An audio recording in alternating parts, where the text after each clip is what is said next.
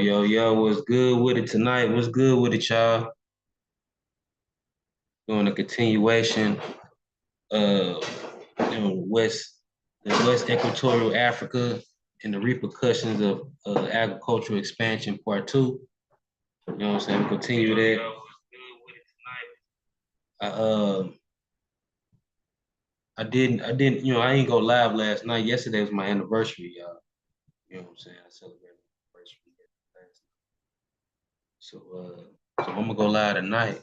You know what I'm saying? We ain't gonna stop. We gonna stay consistent with this thing.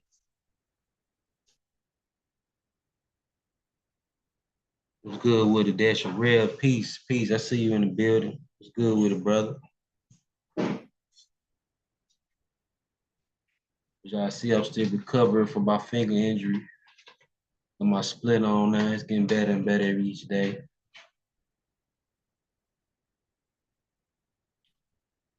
Please like and subscribe. Please like and subscribe to the channel, y'all. Hit them like buttons.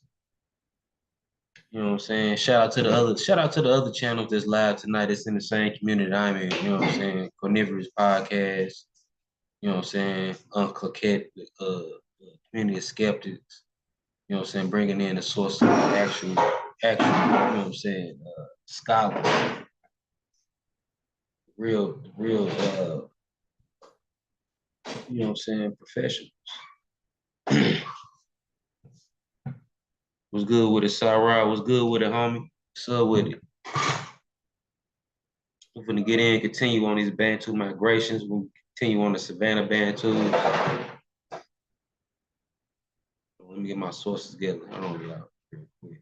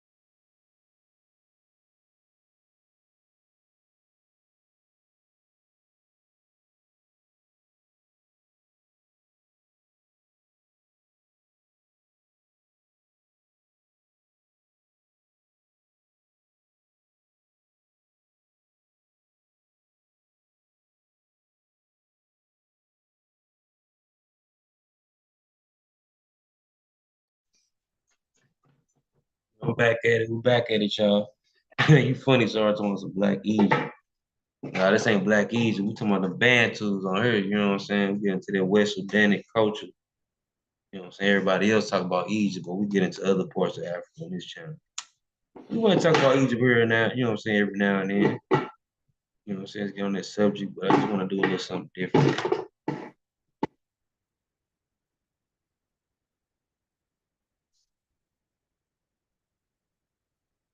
As you see, you know what I'm saying? He's still using the book Civil African Civilizations by Christopher Ehret. And you know, so as we left off, who was on West Central African social and economic repercussions and agricultural expansion. We talked about the Ubangian, you know what I'm saying, expansion through here, you know what I'm saying, some of the Bantus. We talked about the Savannah Bantu sub-branches, and even some of the Central Sudanian, not Nilo-Saharan groups that intermix with some of these populations. We talked about the Sabi and the Batawi Bantus who are actually ancestral. If you ever heard of the Luba culture in the Congo and Central Africa, you know what I'm saying? Those groups will be ancestral to that. And tonight, nigga, I'm not gonna have a long show. You know what I'm saying? We're gonna do a little cool little short show just to continue on the knowledge from this Bantu expansion. Next week, we might even get into I'm gonna get back into West Africa, talk about what was going on in West Africa during this same time period between 1000 BCE to 3000 CE during this African classical age. You know what I'm saying? During this same time period, and even in East Africa, they call it the East African classical age from 1000 BCE to 3000 CE. You know what I'm saying? This is a major point of history during the African Iron Age.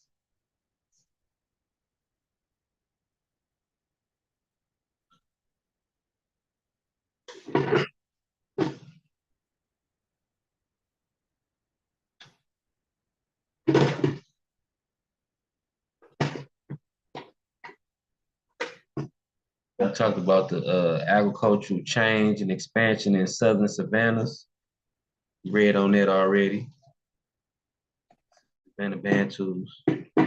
No, we didn't read on that. That's what we left off at. We left off, we left off at the cultural change in the southern savannas, 1000 BCE to 300 BCE. Left off at the agricultural change and expansion in southern savannas. You know what I'm saying? Getting into the Luba culture.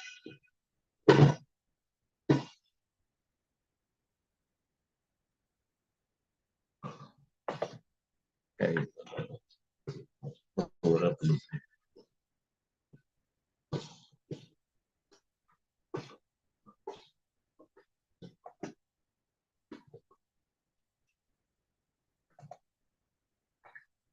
Okay, the agricultural change and expansion in the southern savannas.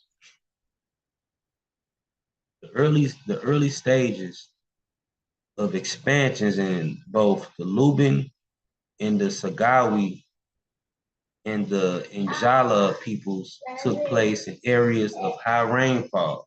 Remember, these people are descendants of the Sabi and the Batawi Bantu that we talked about last week. These are all Savannah Bantus. And if you're familiar with the Luba culture, the Luban and the Sagawi, you know what I'm saying, or a proto group to the Luba culture in the Sagawi culture. But the Sagawi and the Luba culture branched off from a common ancestor. And say the early stage of expansion of both the Luban, Sagawi, and the Njala peoples took place in the areas of high rainfall. Woodland savannas were the older planting agriculture of the Bantu forebears could continue successfully and easily to be practiced. You know, the planting agriculture is basically the yam agriculture, where they don't plant by seed, but they plant by the root. You know, you plant yams and potatoes and things like that. You plant the root, and it regrows from the root itself. Stop. Say, but by the close of the first millennium BCE, agricultural developments among the Mushariki Bantus in Eastern Africa. We already talked about the Mushariki Bantus, Eastern Bantus. Mushariki Bantus of Eastern Africa started to diffuse rapidly in western across Savannah region from the western edges of Great Lake regions. The rising of finger millet and sorghum spread into the woodland savanna areas, first to the Sabi and then to the Batawi and the Lunda Sagawi people. And then most likely probably from the Central Sudanians, you know what I'm saying, dealing with sorghum. That's a Nilo-Saharan state. And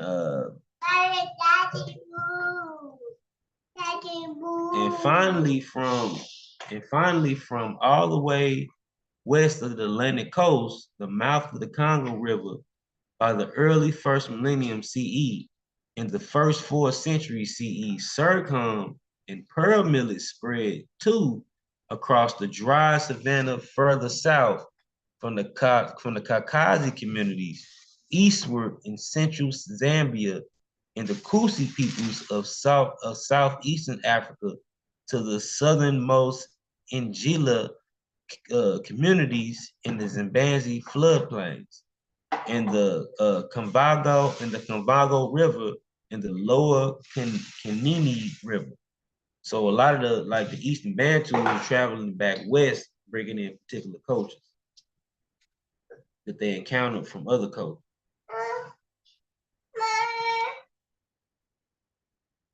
They say several important domestic animals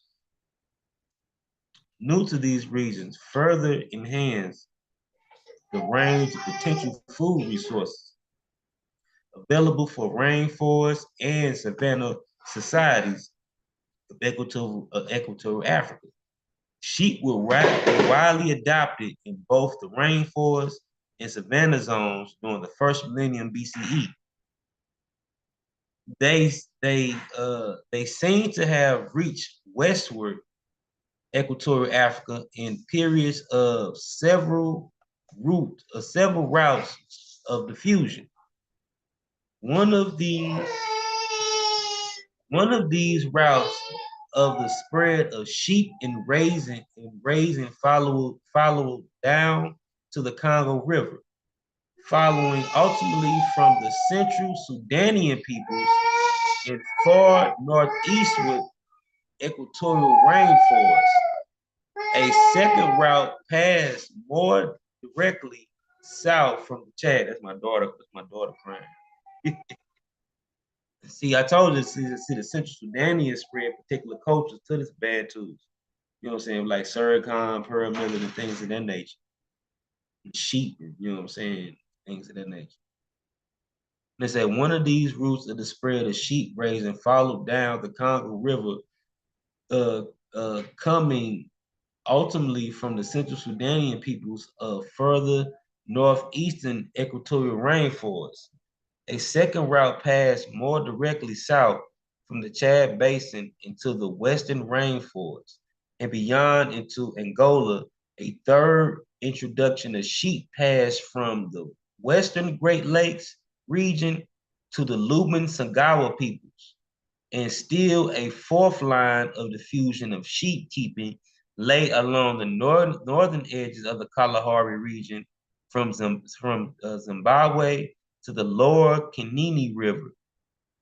In these latter regions, in early Khoikhoi and Kadawi communities were transmitters of sheep and later arriving in Jala and other Bantu societies. Keeping of domestic pigs may have spread southward too. In these era of West Africa and became widely raised adaptation to the household economies of large numbers of societies in both the rainforest and the western parts of southern savanna belt.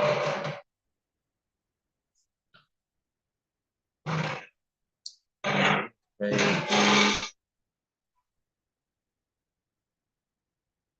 Map. Blow the map up a little bit.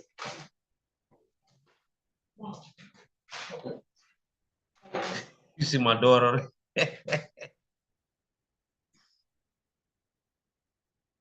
Yeah, see my daughter on live, y'all.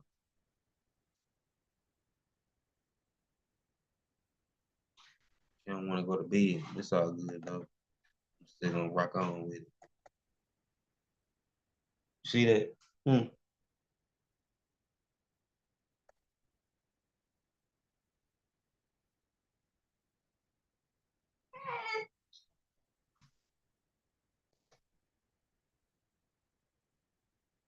Hold on.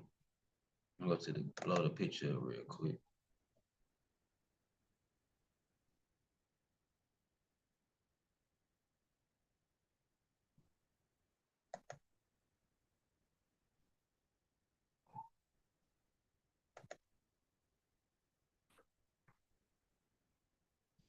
Let's see, we got the map here. The southern, some of the southern spread. Right on, bro.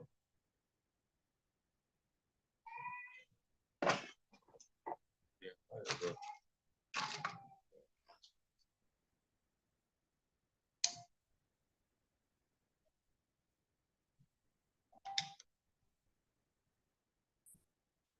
see, we got the blue arrow. That's the sheep. You see, it's the sheep migration coming down here. Asian crops, the dotted lines. Particular Asian crop, probably like sugar cane, things of that nature, bananas, and yeah, grain crops. That's Asian right here. This grain crops right here. I'm sure the Asian crops is the dark ones right here in these. And you got the chicken, tickle line, chickens right here, pigs. You got different, variations of different crops, different things coming in. You know what I'm saying? South Africa, very different cultures. You know what I'm saying? Even the fusion into Bantu cultures.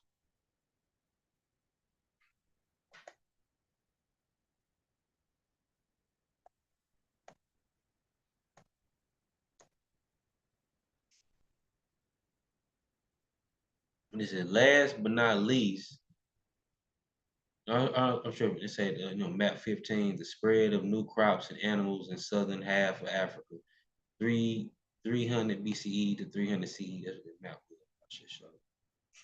Then it say, last but not least, the keeping of cattle also diffused westward early in the first millennium CE for the Mushariki Bantus of Eastern Africa as far eventually as the Atlantic coast. Because of the woodland savanna areas harbor tsetse flies, thus cattle sleeping sickness and knowledge of cattle diffusion of these regions uh, irregularly and often only centuries later after the former peoples had cleared sufficient woodland to lessen danger of sleeping sickness. Only in southern drier parts of southern savanna belts bordering on the Kalahari did cattle keeping become a well-established practice among savanna Bantu societies during the first century CE. Interestingly, most western areas of the southern savanna zone and the practice of milking cattle was never adopted. Even so, they didn't milk cattle; they just kept them for meat source. Even where large numbers of cattle were raised in later times, only the southernmost of the Njagala Ngila societies of southern West Bantu people who had settled in areas around the middle Kunini River, made milking an important source of food. I'm getting into iron working in West Equatorial Africa history.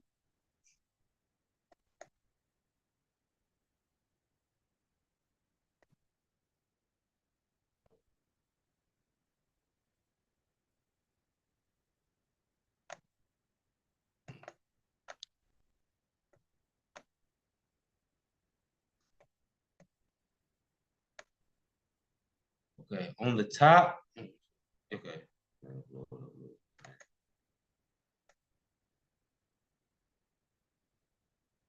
Okay, on the top of these various developments came the spread of iron technology. The first stage of this changeover in technology took place before 500 BCE, when the knowledge of the smelting and forging of iron spread to Boans under the influence and appears of both the Central Sudanese to their north and the Kaskazi Bantu inhabitants of the Western Rift. From the Boans, when I showed y'all the Boans on the map last time, particular Bantus, like in the northern savanna regions above the Congo, like northeastern Congo. Iron working, and they got the iron working from West Sudanian and Ugandan culture. When they say it appears that both Central Sudanians and to the north and the Kaskazi Bantu inhabitants of the Western Rift from the Boans, iron working then spread down the Middle Congo River to the Ubangi confluence. From there, by about 300 BCE, the technology spread toward the mouth of the Congo, more directly west toward the Atlantic via Ogowe River Valley, and up the Sangha River towards Cameroon. In southern Cameroon, these spread of ironworking would soon have reached areas where the knowledge of iron had already been established for several centuries. A second line of spread of ironworking seems to have passed up the Lulaba and the Batawi and the Saba peoples sometimes between 500 and 100 BCE. From them westward via the Sankuru and the lower Kaskazi River towards the lower Congo River region, finally between about 200 BCE and 300 CE, a third line of spread of ironworking technology past the Kaskazi and the Kuzi Bantu of the East Central Africa through the southern Savannah Belt, and from there, northwestern and lower Congo, where all three lines of the spread of iron eventually crossed even other. Ironworking took hold gradually in most regions, and perhaps of their reason. Hold on, let the dog out. Hold on, y'all.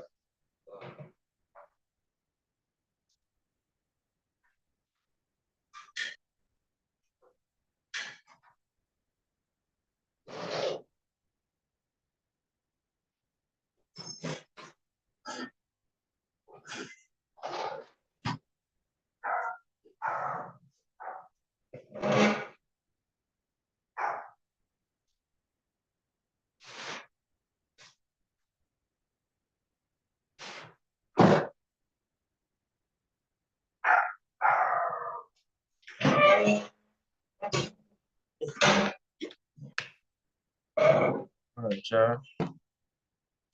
Okay, now it say ironworking took hold gradually in most regions, and perhaps for that reason did not usually avoid a sudden great economic or technological advances to its makers. But it's a but it's but it but its appearance in various regions of Western Equatorial Africa did have long-term economic consequences. Some areas, because they had better iron ore uh, resources, grew into important reproducing areas of iron and iron tools. Because of the easiest routes of travel, particularly in the rainforest where the rivers where the rivers, the iron products of these regions frequently were carried by boats to distant markets. The older kinds of trade, for instance, in fish or stone tools making began to be supplemented by increasingly important trade in metal. And often the older fishing specialists communities grew into collections of allied trading villages selling their own fish and acting as middlemen carrying by boat the metal and other trades between this distant places. Several establishing important centers of these new volume and variety of trade had already emerged by 100 and 300 CE. Two of these, which continued for centuries to be important juncture of trade, were the Ubangi and Congo confluences, where the long-distance trade of the two rivers merged. The Ogowe River, which formerly century, which formed many centuries, provided the major connecting link between the western and central parts of the equatorial rainforest. A third area of which gained particularly great importance after 1000 CE lay long lower Congo River above the above and below the Malawi Pool.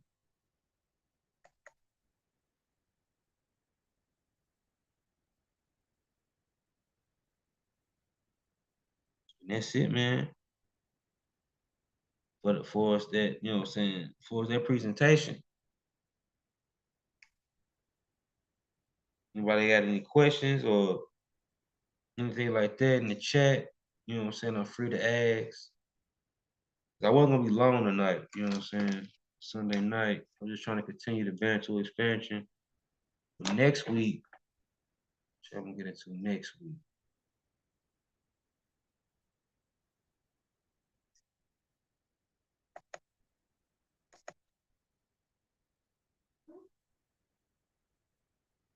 Next week, I'm gonna get into we're gonna talk about the same time period. We're gonna be talking about what's going on in West Africa during this same time period.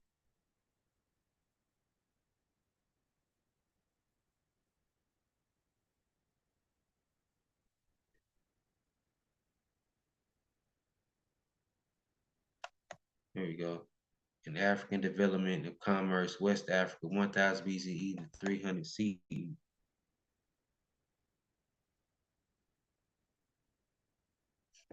Yeah, we're gonna get into an African development of commerce, West Africa, 1000 BCE to 300 CE. We're gonna get into that, y'all, next week. You know what I'm saying? It's been a short, sweet show. You know what I'm saying? I'm gonna shut it down kind of early tonight. You know what I'm saying? Just want to get my point across just to continue that part two, because I didn't continue that show from last week. You know what I'm saying? This was just a continuation of that show. Next week I'm gonna be back on next Saturday for sure. You know what I'm saying? Yesterday was my anniversary. You know what I'm saying? Shout out to my wife. Love you, baby. You know what I'm saying? Uh, have a good night, y'all. Peace out.